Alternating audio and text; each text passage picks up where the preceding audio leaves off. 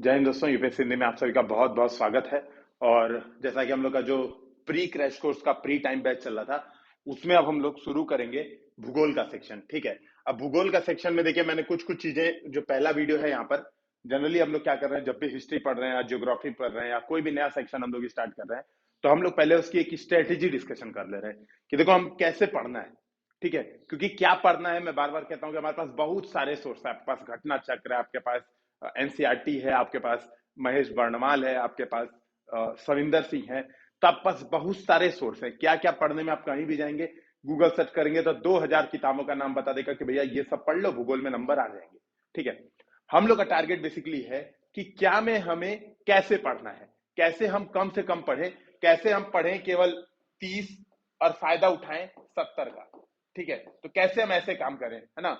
हम लोग बार बार मैं कहता हूं, हम लोग फोकस कर रहे हैं एप्टीट्यूड डेवलपमेंट पे, कि कम पढ़ो, एग्जाम में ज्यादा नंबर लाओ। इस बात पे हम लोग फोकस कर रहे हैं। इसी क्रम में आज हम लोग जब भूगोल का जो हम लोग की जो प्री टाइम बैच की जो क्लासेस स्टार्ट होंगी, तो उसके पहले ये आपसे मैं डिस्कशन करने वाला भूगोल के बारे में। अच्छा, डिस्कशन करने से पहले मुझे एक दो चीजें आप लोग से पूछनी है। पहले तो आप लोग ये बता दीजिए कि क्या आप लोग प्री टाइम बैच से संतुष्ट हैं। जो लोग भी, जिन लोगों ने भी हमारा प्री वाला क्रैश कोर्स ज्वाइन किया है, कमेंट सेक्शन में एक बार जरूर बताएंगे क्या आप लोग को सही लग रहा है। क्योंकि अभी हम लोग ने हिस्ट्री लगभग कंप्लीट कर ली है। प्राचीन भारत मैंने खुद ने पढ़ाया था, मिडिवल इंडिया निशांत सर ने बहुत अच्छे से पढ़ाया। पॉलिटी लगभग कंप्लीट होने वाली है। ठीक है, जो मॉडर्न इंडिया है उसको सत्यप्रकाश सर एक दो दिन में उसको भी स्टार्ट करेंगे। तो हम लोग पैरेलली लगभग 2 घंटे की क्लासेस आपको डेली मिल रही होंगी। ठीक है, प्री टाइम बैच में।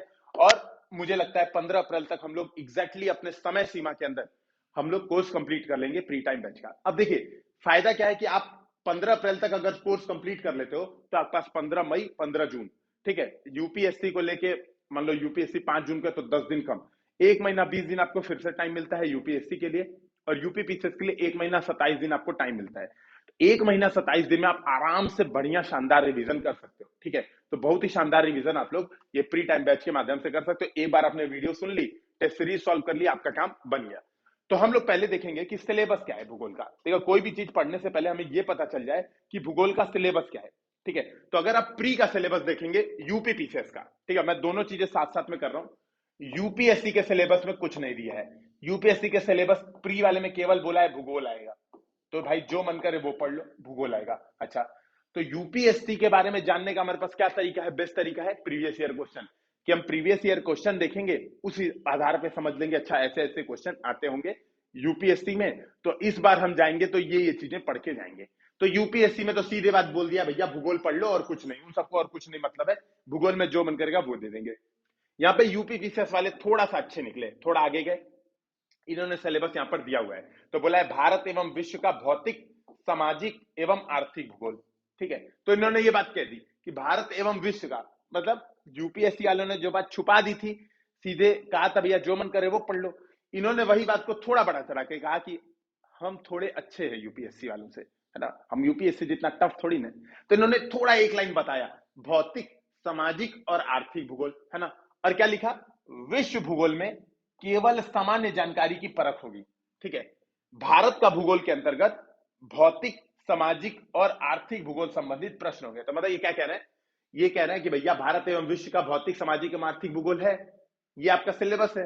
लेकिन जब हम विश्व भूगोल की बात करेंगे तो केवल सामान्य जानकारी, बस विषय की बहुत सामान्य जानकारी, है ना। अब वो सामान्य जानकारी में वो कितना सामान्य होता है, ये अपने ऊपर उन्होंने छोड़ लिया है। वो ये नहीं बताएंगे कि सामान्य जानकारी का मतलब क्या है ना। प्लेट टेक्टोनिक पूछोगे कि पूछोगे ये वाले घर कहाँ पे है। ठीक है, अभी हम लोग डिटेल में समझेंगे चीजों को। तो इन्होंने भी सिलेबस को हवा हवाई में रखा है कि भैया हमें कुछ आता जाता नहीं है, जो मन करे तुम वो समझ लेना। ठीक है, बोला भारत के भूगोल के अंतर्गत भौतिक, सामाजिक और आर्थिक भूगोल से संबंधित प्रश्न होंगे। तो यहां पे भी कहा कि गोल गोल, मतलब गोल गोल घुमाया। आपने पूछा क्या आएगा एग्जाम में, तो उन्होंने गोल गोल घुमा दिया कि एग्जाम में वही सब आएगा जो आज तक आया है, ऐसा ही कुछ आपको आंसर मिला। ठीक है, तो आपको कुछ सीधा सीधा यहाँ भी जवाब नहीं, इन्होंने कहा भौतिक, सामाजिक, आर्थिक भूगोल संबंधित प्रश्न होंगे। तो हमारे पास यहां पर भी कोई आइडिया मिलता नहीं है। तो हम लोग क्या करते हैं, हम लोग जाते हैं मेंस के सिलेबस पे। ठीक है, तो हम लोग ने 2 सोर्सेज यूज किए, मैं पहले बता रहा हूं। हम लोग ने 2 सोर्सेज यूज किए हैं सिलेबस को समझने का, कि भैया क्या पढ़ें। क्योंकि पढ़ने को तो बहुत सारी चीजें हैं, उसमें से क्या चीज हम उठाएं कि हम क्रैश कोर्स में टू द पॉइंट उसको डिस्कशन कर सके। क्योंकि भैया हम लोग क्रैश कोर्स डिस्कशन कर रहे हैं।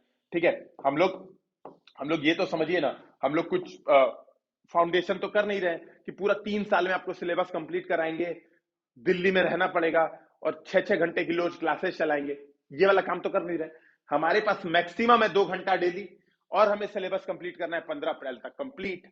तो उसका उपाय हम लोग ने लगाया। पहली बात प्रीवियस ईयर क्वेश्चन, तो हम लोग ने देखा कि भैया प्रीवियस ईयर क्वेश्चन में कैसे क्वेश्चन पूछ रहे हैं। हम लोग ने न ही केवल यूपीएससी बल्कि यूपीपीसीएस दोनों के प्रीवियस ईयर क्वेश्चन देखे।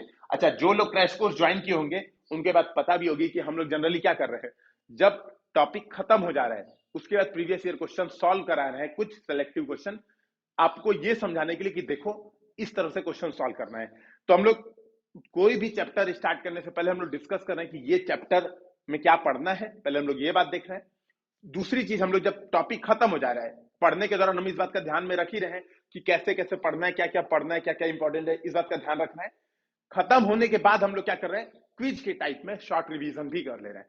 तो हम लोग क्रैश कोर्स में यही करते हुए हैं। तो उसके लिए हम लोग प्रीवियस क्वेश्चन हमने देखा यूपीएससी यूपीपीसीएस दोनों के, ठीक है, और हमने यूपीपीसीएस के मेंस के सिलेबस को देखा, ठीक है, यूपीपीसीएस के मेंस के सिलेबस को देखा। तो अगर हम मेंस का सिलेबस देखते हैं, आप देखो मेंस का सिलेबस है ना, तो यहां पे भी यही था ना, विश्व के भौतिक सामाजिक आर्थिक भूगोल की सामान्य जानकारी, यही था, ठीक है।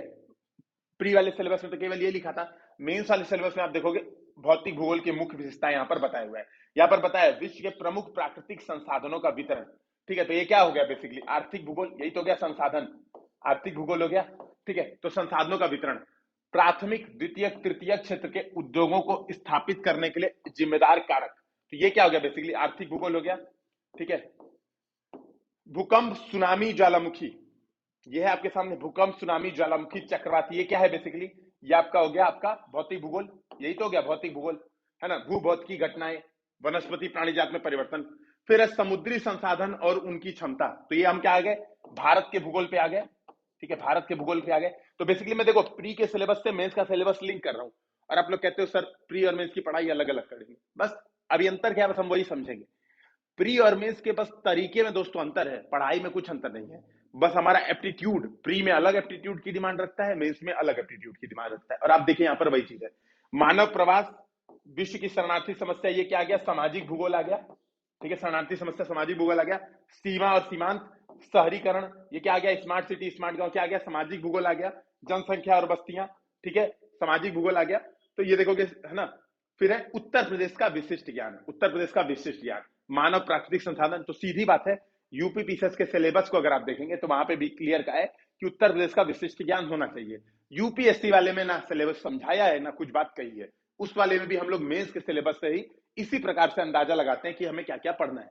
तो अभी हम लोग क्या करते हैं दोस्तों, थोड़ा सा समझेंगे। मैंने ये चीजें देखी, उसके बाद मैंने प्रीवियस ईयर क्वेश्चन देखा। देखिए आपके सामने मैं प्रीवियस ईयर क्वेश्चन पेपर पूरा लेके आया हूँ प्रॉपर, ठीक है, प्रॉपर प्रीवियस ईयर क्वेश्चन यहाँ पे लेके आया हूँ। अभी मैं यहाँ पे आप लोग को थोड़ा शो भी करूंगा, चीजें यहाँ पे दिखाऊंगा। प्रीवियस ईयर क्वेश्चन पूरा पिछले 2 साल का तो डिटेल में यहाँ पे मैं लेके आया हूँ आपके सामने, ठीक है। तो ये आपके सामने अभी हम लोग इसको डिस्कशन करेंगे।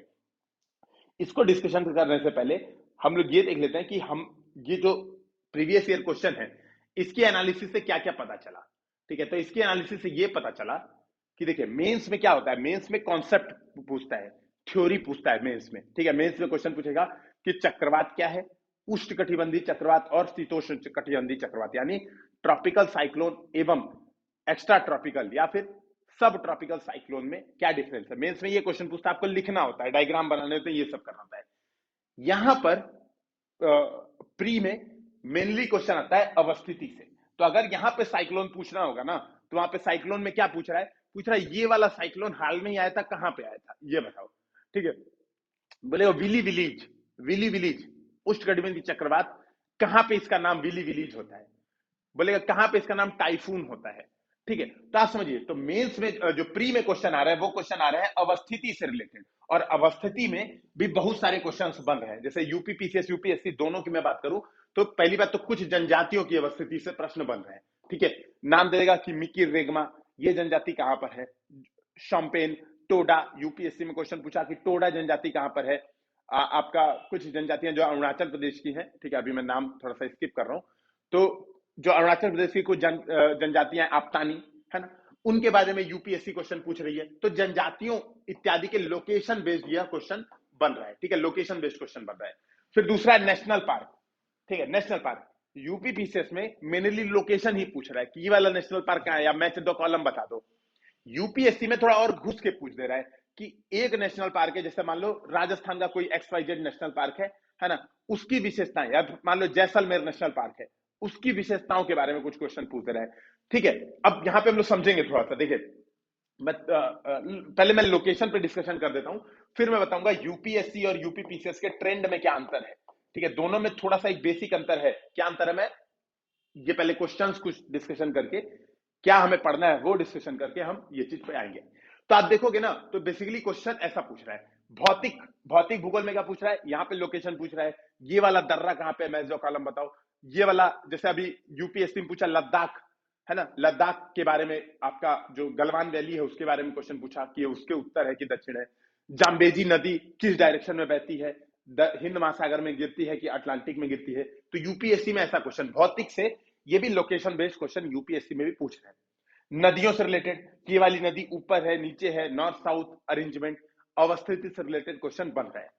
उद्योग एवं धंधे, ये मेनली जो उद्योग एवं धंधे हैं, यहां पर आप देखोगे तो मेनली यूपी पीसीएस पूछ रहा है कि कौन नंबर 1 पे है, रैंकिंग, कि ये वाले चीज में उत्पादन में उत्तर प्रदेश नंबर 1 पे, ये वाले उत्पादन में अहमदाबाद सूती वस्त्रों का केंद्र है कि नहीं है, ऐसा क्वेश्चन पूछ रहा है। यूपीएससी यहां पर बेसिकली भारत के आयात निर्यात, जैसे एडिबल ऑयल, इन चीजों पे क्वेश्चन पूछ रहा है, जो कि हम इकोनॉमिक्स वाले सेक्शन यानी आर्थिक भूगोल के हिस्से में रख सकते हैं, ठीक है।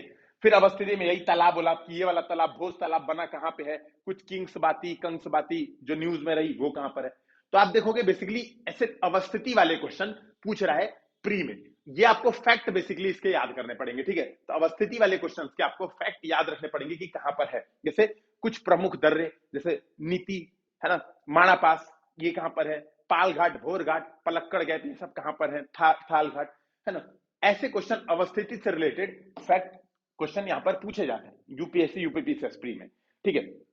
फिर आप देखोगे संसाधन और जलवायु से रिलेटेड प्रश्न बन रहे हैं कि भैया ये वाला जो रेगिस्तान है वो कौन सी जलवायु में आता है, या फिर ये लोकेशन किस जलवायु में आती है, ऐसे क्वेश्चन बन रहे हैं। यहां पर खास तौर पे जलवायु को वनस्पति से जोड़ के प्रश्न पूछा जा रहा है, ठीक है, जलवायु को वनस्पति से जोड़ के प्रश्न पूछा जा रहा है। जैसे भूमध्य सागरीय वनस्पतियों के अलग अलग नाम, जैसे माकवी, है ना, चैपेरल, ये नाम कहां पर हैं, ऐसे क्वेश्चन बन रहे हैं, ठीक है। तो क्वेश्चन पहले ट्रेंड देखिए थोड़ा सा, ताकि जब हम चीजें पढ़ेंगे तो हमारा फोकस इन्हीं चीजों पे ज्यादा होगा। रीडिंग हम सब करेंगे, चीजें हम सारी चीजें देखेंगे, फोकस हमारा केवल और केवल इन्हीं चीजों पर होगा, ठीक है, ताकि हमारा कम समय में अधिक से अधिक हमारा फायदा हो सके, ठीक है। तो बात मतलब ये क्लियर हो रही है कि हम क्या करने वाले हैं यहाँ पर, ठीक है। फिर क्वेश्चन आ रहे हैं कुछ करंट अफेयर से। करंट अफेयर्स, अब ये जो करंट अफेयर्स वाला दोस्तों सेक्शन है, इसमें यूपीएससी यूपीपीसीएस को एकदम मार दे दे रहा है। यूपीएससी के 90% क्वेश्चन करंट अफेयर्स के आते हैं। 90% जो क्वेश्चन यूपीएससी पूछ रही है वो करंट अफेयर्स रिलेटेड पूछ रही है। जैसे यूपीएससी पूछ रही है हाल में ही चर्चा में रहा अलेप्पो कहां पर स्थित है, तो यूपीएससी ये वाला क्वेश्चन पूछ रही है। यूपीएससी क्वेश्चन पूछ रही है इसको पर्यावरण और पारिस्थितिकी से जोड़ के, वही हाथी वाले पे पूछ देगी, है ना। नेशनल पार्क जो न्यूज में है आप देखोगे, जैसे पन्ना, भी आप देखोगे पन्ना बायोस्फीयर रिजर्व न्यूज में रहा है, इसको यूनेस्को के मैन इन बायोस्फीयर प्रोग्राम में शामिल किया गया है। तो यूपीएससी क्वेश्चन पूछ रही है पन्ना बायोस्फीयर रिजर्व से संबंधित कथनों पर, निम्नलिखित कथनों पर ध्यान दें। यूपीएससी क्वेश्चन पूछ रही है 51वां टाइगर रिजर्व हाल में ही कौन सा बना था, तो समझिए। तो यूपीएससी बहुत ज्यादा करंट फोकस्ड क्वेश्चन पूछ रही है ना, बहुत ज्यादा करंट फोकस्ड क्वेश्चन यूपीएससी यहां पर पूछ रही है। और यूपीपीसीएस अभी भी मेनली स्टैटिक, तो यूपीएससी यूपीपीसीएस वाले में अंतर समझिएगा। यूपीएससी बहुत ज्यादा, सॉरी यूपीपीसीएस बहुत ज्यादा अभी स्टैटिक दिख रहा है क्वेश्चन, जबकि यूपीएससी के क्वेश्चन आपको डायनामिक दिखेंगे। Basically current affairs plus concept, current plus concept. जैसे यूपीएससी क्वेश्चन बनाता है तो पूछता है चक्रवात के संदर्भ में निम्नलिखित कथनों पर ध्यान दें, बोलेगा इसके बीच में जो चक्रवात का, उष्णकटिबंधीय चक्रवात का जो आई होता है या आई वॉल होता है, वहां पे तापमान कम होता है, कॉन्सेप्ट पूछा।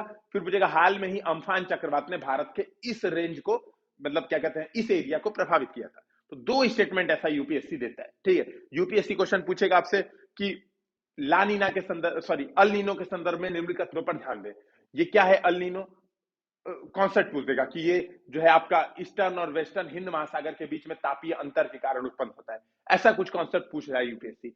यूपीपीसीएस क्या पूछ रहा है, सीधे सीधे पूछ रहा है कि अल नीनो क्या है, 4 ऑप्शन दे देगा और उसमें से आपको सेलेक्ट करना है कि क्या है अल नीनो, ठीक है, या अल नीनो का भारत पर क्या प्रभाव पड़ता है, तो 4 ऑप्शन दे देगा, उसमें से सीधे टिक मारना है कि हाँ अल नीनो का भारत में ये प्रभाव पड़ता है, ठीक है। तो ये समझिए, ये डिफरेंस दिख रहा है हमें यूपीएससी यूपीपीसीएस में।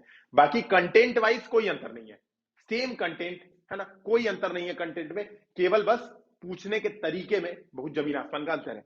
कुछ हम लोग देखते हैं थोड़ा यूपीएससी यूपीपीसीएस के प्रीवियस ईयर क्वेश्चन, तो हमें थोड़ा सा और चीजें अच्छे से समझ में आएंगी, ठीक है ना। और ये जो करंट बेसिकली दोस्तों, ये जो आप हम लोग डिस्कशन कर रहे हैं, ये मैंने दृष्टि आईएएस की किताब से उठाया, ठीक है। आप लोग, ये बेस्ट है, वन ऑफ द बेस्ट है मार्केट में अवेलेबल किताब में थे। मैंने काम काम के पन्ने यहाँ पे पीडीएफ बनाए हैं। ये वाला जो पीडीएफ है जो मैं यहाँ पर है, ये हम लोग पेड ग्रुप में अपने शेयर भी कर देंगे। मैंने ज्यादा पेड नहीं है, 15-20 पेज है भूगोल के, ठीक है। आप लोग इसको खरीद सकते हैं यार, बहुत महंगी किताब नहीं है, 100-200-300 की किताब मिलेगी, उसके लिए क्या ही चोरी करना, ठीक है। हम लोग चोरी कम से कम करें ना तैयारी के दौरान, तो ये आप आराम से इसको देख सकते हैं। अब देखो यूपीपीसीएस के पहले हम लोग क्वेश्चन देखते हैं, ठीक है। यूपीपीसीएस के क्वेश्चन हम लोग पहले देखेंगे। तो यहाँ पे क्या पूछ रहा है, देखो नदियों का क्रम पूछ रहा है, ठीक है। अभी मैं क्वेश्चन डिस्कशन नहीं करूंगा, ये वाला बेसिकली ओरिएंटेशन क्लास है, ठीक है, ओरिएंटेशन क्लास है, ताकि हम लोग समझ पाए कि कितना बढ़। पहले तो हम लोग ये देख लेते हैं कितने क्वेश्चन आए। तो आप देखोगे 2020 में यूपीपीसीएस प्रारंभिक परीक्षा 2020 यहाँ पे लिखा है, 2020 में क्वेश्चन नंबर 25 से लेके आप देखोगे कहां तक है, 43 तक, यानी 18 क्वेश्चन, ठीक है। तो यूपीपीसीएस 2020 में 18 क्वेश्चन आए हैं आपके भूगोल से। अब भूगोल one of the toughest thing होता है जो हम लोग टैकल करते हैं एग्जाम में, ठीक है। हमें बड़ा बुरा फील होता है, बहुत मुश्किल फील होती है, ठीक है, भूगोल को टैकल करने में। तो आप देखोगे 18 क्वेश्चन आए हैं यूपीपीसीएस प्रारंभिक परीक्षा 2020 में, ठीक है। अगर मैं 2019 की बात करूं, है ना, 19 भी हम लोग देखते हैं। 2019 में अगर आप देखेंगे यूपीपीसीएस प्रारंभिक परीक्षा 2019 में, तो यहां पर आप देखेंगे क्वेश्चन नंबर 26 से लेके भारत एवं विश्व का भूगोल 26 से लेके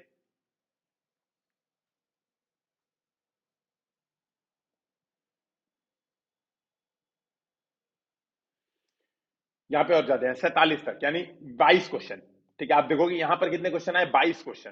तो देखो, अब आप समझ रहे हो, 150 क्वेश्चन आना है, 1/6 हिस्सा केवल भूगोल से, ठीक है, 1/6 या 1/7 मान लो, हाँ 1/7, अगर 1/6 और 7 के बीच में हिस्सा केवल और केवल भूगोल से, यानी भूगोल देख रहे हो 22 क्वेश्चन में से आपने 16-17 क्वेश्चन सही कर दिए, तो आपका बहुत ज्यादा चांस है कि प्री क्लियर हो जाएगा यूपीपीसीएस का। 17-18 जितना अच्छे से टारगेट कर लिए। अच्छी बात यह है कि भूगोल में बहुत ज्यादा रटना नहीं है, कॉन्सेप्ट क्लियर करते रहना है, आगे बढ़ते जाना है। तो आप क्वेश्चन, अब हम लोग थोड़ा क्वेश्चन का ट्रेंड देखते हैं, ठीक है। तो क्वेश्चन का ट्रेंड भी देखेंगे। तो देखो लोकेशन, मैंने वही कहा अवस्थिति, तो दिख रहा है अवस्थिति, क्रम में व्यवस्थित करना है पश्चिम से पूर्व, बेतवा केंद्र सिंध चंबल को, ठीक है।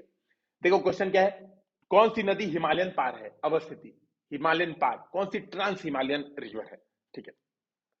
जनजातियों की अवस्थिति, देखो क्वेश्चन क्या है, जनजातियों की अवस्थिति कौन सी है, अंगामी, बिरहोर, खस, टोडा, ठीक है, ये समझिएगा। क्वेश्चन कैसे सॉल्व करना है, पढ़ के, बिना पढ़े, तुक्का कैसे लगाना, ये सब जब हम लोग लास्ट क्लास, इस जो ज्योग्राफी का सेक्शन है, जब इसकी लास्ट क्लास करेंगे, तो जैसे हम लोग ने हिस्ट्री में लास्ट क्लास में डिस्कशन किया था, यहां भी करेंगे। अभी केवल ट्रेंड समझिए, समझते जाइए अपना एक, जो हम कहते हैं ना, क्लास के पहले एक बार माइंड मेकअप कर लीजिए कि हाँ भाई मुझे अब ऐसे ऐसे करना है, ऐसे ऐसे पढ़ूंगा तो मेरा प्री हो जाएगा। देखो यूपीएससी हिंदी अपनी तरफ से फुल एफर्ट कर रही है, आप लोग का पूरा सपोर्ट किया जा रहा है, क्लासेस नियमित मिल रही हैं, है ना, मेहनत आपको करनी है, ठीक है। सिंपल सी बात है यार, हम लोग अपना जो भी गाइडेंस है, मेरा जो अनुभव है 3 बार यूपीएससी प्री निकालने का, यूपीपीसीएस प्री निकालने का, जितना अनुभव है हम लोग अपने साथ बहुत ज्यादा आपसे शेयर कर रहे हैं कि देखो एग्जाम में ऐसे नहीं घबराते हैं, क्वेश्चन आता है एग्जाम में तो ऐसे सोचते हैं, क्वेश्चन आते ही हालत खराब नहीं होनी चाहिए। हम लोग एक एक चीज पे डिस्कशन कर रहे हैं, यहां पर आपको भी एफर्ट करना है कि हाँ भाई साथ साथ में करें, सर जैसे बता रहे वहां से चीजों को समझें और काम कंप्लीट करें। तो आप देखोगे कौन सी नवीनतम पर्वत श्रेणी है, ठीक है, तो कॉन्सेप्ट यहां पर आ गया, ठीक है, यहां पर आ गया कॉन्सेप्ट, कॉन्सेप्चुअल क्वेश्चन आ गया। बेसिकली भौतिक भूगोल का कॉन्सेप्ट है कि वलित पर्वत सबसे नवीनतम होता है, यहाँ पे आपको दिमाग लगाना है तो आपका हो जाएगा, ठीक है। तो वलित पर्वत इसमें से कौन सा है, हिमाद्री श्रेणी, ठीक है। इस तरह से आपको दिमाग लगाना है। तो यहाँ पर देखो फिर अवस्थिति, उद्योग धंधे, अहमदाबाद भारत में सूती वस्त्र का सबसे बड़ा केंद्र है। फिर देखो अवस्थिति, जनजातियों की अवस्थिति से 2 क्वेश्चन जनजातियों से सीधा सीधा पूछ दिया, कौन सी जनजाति अंडमान निकोबार में नहीं है, तो आपको पता है कि भाई मिकिर रेंगमा, शोम्पेन, ये सॉरी मिकिर रेंगमा, ये सब पहाड़ियां मेघालय और इसके आसपास नॉर्थ ईस्ट में है, तो आपने क्वेश्चन आराम से टिक कर दिया। तो आपको ये फील आएगी कि देखो क्वेश्चन ऐसे, वही जो बोल रहा हूं अवस्थिति, ठीक है, खनिज, उनके उत्खनन शहर, अवस्थिति। ठीक है, देखो अवस्थिति। फिर जलवायु, खट्टे रसीले फल मतलब भूमध्य सागरीय जलवायु। तो यहाँ पर क्वेश्चन पूछ रहे हैं। ठीक है, देखिए सीधे सीधे, कश्मीर घाटी, अवस्थिति। देख रहे हैं, मैंने वही कहा ना, बेसिक जो फोकस है यूपी पीसेस का, अवस्थिति। देखिए चक्रवात, अवस्थिति, फिर मैच करें। देखिए हर क्वेश्चन अवस्थिति। तो जब हम कोई भी चीज पढ़ेंगे, देखो अब मान लो, अब ये समझना, जैसे मान लो हमें मेंस लिखना है, अब मेंस लिखना है तो हम कोई भी चीज पढ़ रहे हैं तो हम क्या करेंगे, कोई भी चीज पढ़ते समय हम कॉन्सेप्ट बनाएंगे। क्यों? क्योंकि मेंस में क्वेश्चन पूछता है उष्णकटिबंधीय चक्रवात क्यों आते हैं, क्या परिस्थितियां होती हैं उष्णकटिबंधीय चक्रवातों के बनने की। ठीक है, जब मेंस का आंसर लिखते हैं तो प्री में क्या पूछता है, ये वाला चक्रवात कहां पे आता है, बस यही सिंपल है। तो मेंस का एग्जाम्पल हम रखते हैं ना, कि हाँ जब क्वेश्चन आएगा तो मैं ये चीज एग्जाम्पल में लिखूंगा, तो वही एग्जाम्पल वो आपको यहाँ पर बताना है और कुछ नहीं। वही एग्जाम्पल के क्वेश्चन पूछ रहे हैं कि बैगुओ कहां पे करते हैं, टाइफून, विलीज कहां पर करते हैं, तो आप देखो वही सब मैंने डिस्कशन भी किया है ना, ऐसे क्वेश्चन। फिर देश, खनिज, कौन सा खनिज उत्पादन करते हैं, तो खनिजों की अवस्थिति, फिर से ये वाला खनिज कहां पे मिलता है। ठीक है, दिख रहा है। डार्लिंग श्रेणी जो पर्वत है, अवस्थिति, फिर से अवस्थिति, कहां पर है डार्लिंग श्रृंखला, कहां पर है, अवस्थिति। तो जब भी हम कोई सोर्स पढ़ेंगे, कोई भी सोर्स पढ़ेंगे, तो हमारा मेन फोकस क्या होगा, अवस्थिति दिमाग में रखने पे। हमारा मेन फोकस होगा कि इसका लोकेशन क्या है वो हम दिमाग में कैच करें। ठीक है, निजाति समूह, अवस्थिति, कहां पर है, कौन से देश में। देखो सारे क्वेश्चन आप देखोगे, देश, राजधानी, है ना, मैक्सिमम क्वेश्चन अवस्थिति वाले हैं। आप देखोगे महासागरी धारा हिंद महासागर से कौन सी संबंधित है, तो इस महासागरी धारा की अवस्थिति कहां पर है, सिंपल सा अवस्थिति। सारा क्वेश्चन देखो लोकेशन। मैं बार बार कहूंगा कि जब मेंस में पढ़ते हैं तो क्या पढ़ते हैं, महासागरी धाराएं कैसे बनती हैं। जैसे अभी जो हम लोग का ध्रुव बैच चल रहा है, तो ध्रुव बैच में हम लोग ने क्वेश्चन क्या किया, हम लोग ने क्वेश्चन किया कि महासागरी धाराओं के उत्पत्ति के प्रमुख कारणों पर चर्चा कीजिए। ध्रुव बैच में हम लोग ने ये क्वेश्चन किया। लेकिन प्री टाइम बैच में क्या करेंगे, ये वाली मोजाम्बिक धारा किस सागर में है ना, बेंगुएला किस सागर में है, किनारी कैसी धारा है, ठंडी है कि गर्म है ना, ये वाले क्वेश्चन हम लोग करेंगे प्री में। ठीक है, तो बस देखिए क्वेश्चन अलग है, कॉन्सेप्ट एकदम अलग नहीं है। ठीक है, बस क्वेश्चन अलग है। दक्षिण अफ्रीका का ये जो शहर है वो किस खनिज का उत्पादक है, तो आप देख पाएंगे बेसिकली खनिज, नदी, महासागरीय धाराएं, है ना, उत्पादक शहर, इन्हीं सबकी अवस्थिति से रिलेटेड यहाँ पर आपको 2020 का क्वेश्चन दिखेगा। फिर निजाति समूह, अवस्थिति, पर्वत, अवस्थिति। देखिए सारे क्वेश्चन वही मिल रहे हैं जो मैंने आपसे डिस्कशन किया। तो अगर मान लो आपको केवल यूपी पीसीएस की तैयारी करनी है, आपको यूपीएससी से कोई लेना देना नहीं है आपका, ठीक है, केवल यूपी पीसीएस की तैयारी करनी है, तो जो भी हम सोर्स पढ़ेंगे हमारा फोकस कहां रहेगा, केवल अवस्थिति देखते जाओ और प्रीवियस ईयर क्वेश्चन देखते जाओ। क्यों? क्योंकि प्रीवियस ईयर क्वेश्चन के बहुत सारे अवस्थिति डायरेक्ट रिपीट करेंगे। तो जो भी सोर्स पढ़ो, एक बार आपने प्रीवियस ईयर क्वेश्चन देखा, मान लो यहूदी, आपको पता चल गया इजराइल में है, ए का 4, आपने ए का 4 टिक किया तो एक ही एलिमिनेट हो रहा है केवल। अब आपने यहां पर देखा यहूदी पूछा था, टेढ़ा पूछा था, बेजा पूछा था, लूर पूछा था, ऐसे 4 जनजातियों के नाम यहाँ पर पूछे हुए। तो आप जो भी सोर्स पढ़ रहे हो, चाहे करंट अफेयर्स पढ़ रहे हो या वो पढ़ रहे हो, तो आपने देखा कि यार ये वाली जनजाति न्यूज में दिखी, ये वाली जनजाति यहाँ पर जो दूसरे देश की जनजाति है चर्चा में दिख गई, तो आप क्या करोगे, तुरंत उसकी अवस्थिति दिमाग में रखोगे। ठीक है, तुरंत अवस्थिति दिमाग में रखोगे और आपका प्री का तैयारी ऐसे ही होगा। मैं यूपीएससी के अगर क्वेश्चन की बात करूं दोस्तों, यूपीएससी के क्वेश्चन कहां गए, ये तो अभी यूपी पीसीएस के। ठीक है, तो यूपी पीसीएस का हम लोग ने देख लिया बेसिकली। ठीक है, अवस्थिति ही क्वेश्चन पूछ रहा है। ठीक है, अवस्थिति सही और, है ना, जलवायु प्रदेशों, इन्हीं सबसे क्वेश्चन पूछ रहा है। यूपीएससी का हम लोग देखते हैं एक बार। ठीक है, ये है ज्योग्राफी क्वेश्चन। ठीक है, अब यहां पर देखिए, यहां पर भी क्या है बेसिकली, अवस्थिति, हरिके आंध्र भूमि। अब यहां पर देखो जो चीजें है ना न्यूज में, जो चीजों को रामसर स्थल स्थल का दर्जा मिला है, तो यूपीएससी वो चीजें पूछ रही है यहाँ पर। ठीक है, वो चीजें आपको पूछ रही है। बेसिक क्वेश्चन कि 10 डिग्री जो जलमार्ग है वो किसको किसको अलग करता है, तो बहुत बेसिक वाले क्वेश्चन अवस्थिति के यहाँ पर पूछ रही है।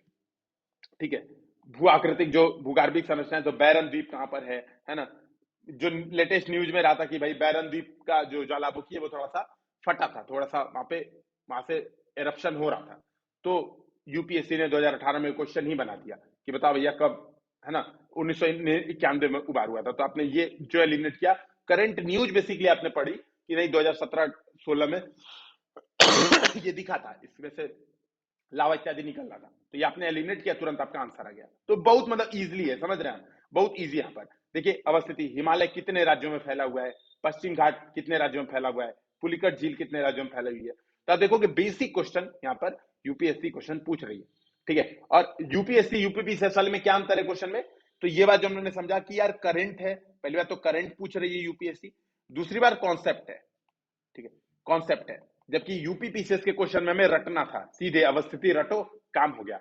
यहां पर आपको कॉन्सेप्ट बनाने पड़ेंगे कि भैया हाँ पश्चिमी घाट 5 राज्यों में है कि 6 राज्यों में, आपके दिमाग में होना चाहिए कि वो गुजरात में फैला है कि नहीं, है ना, क्या कोई हिस्सा पश्चिमी घाट का राजस्थान तक भी विस्तृत है। ये सब आपकी कॉन्सेप्ट एकदम क्लियर होने चाहिए, तभी आप हो पाओगे। भौगोलिक रूप से ग्रेट निकोबार के सबसे नजदीक कौन सा है, ठीक है, तो ये सब बेसिकली लोकेशन मैप, तो मैप की एनालिसिस आपके दिमाग में अच्छी खासी होनी चाहिए।